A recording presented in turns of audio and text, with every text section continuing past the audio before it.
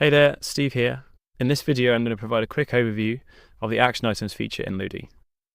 So many times when you're collaborating as a group, you'll get a situation where something emerges from your discussion that you need to remember to do, and Action Items is the perfect solution to that problem. It works for retrospective actions, so outcomes from a retro meeting. It works for sprint planning and refinement, where you may have like little bits that you need to remember to do to sync up with someone, or to, I don't know, send an email to somebody that won't really want to go into Jira, but often what you do is close the board, go back to what you were doing, and then just forget it. So Action Items is a solution for that problem. I've got an example template here of a retrospective, but this works for really any kind of meeting, any kind of session you're running.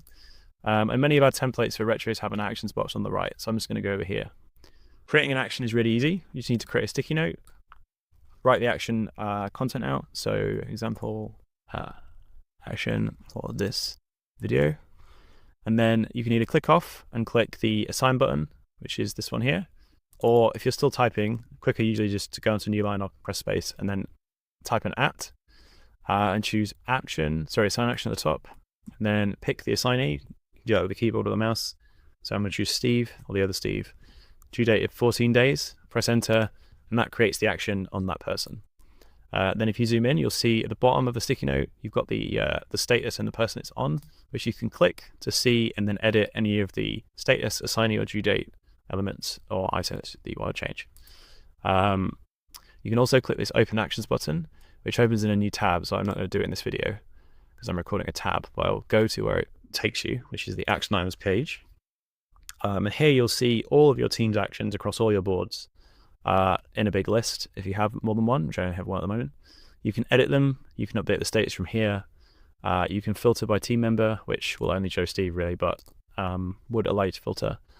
And then really cool, you can go back to the board it's on. Again, this opens in a new tab, so I'm just going to paste that into this one, but it will take you to the board and it'll point you at the action sticky note in the board so you can find it.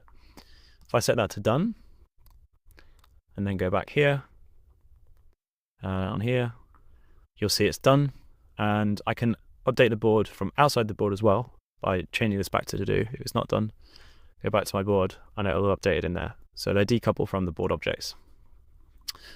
When a user assigns an action, they'll receive a email that looks like this, telling them that they've had the action assigned, the date, and they can click it to go and see it.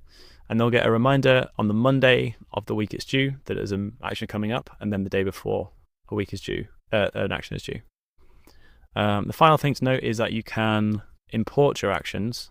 So if you click down here, get action items, and obviously we only got one, but if I click import, it will import the copy of that sticky note in.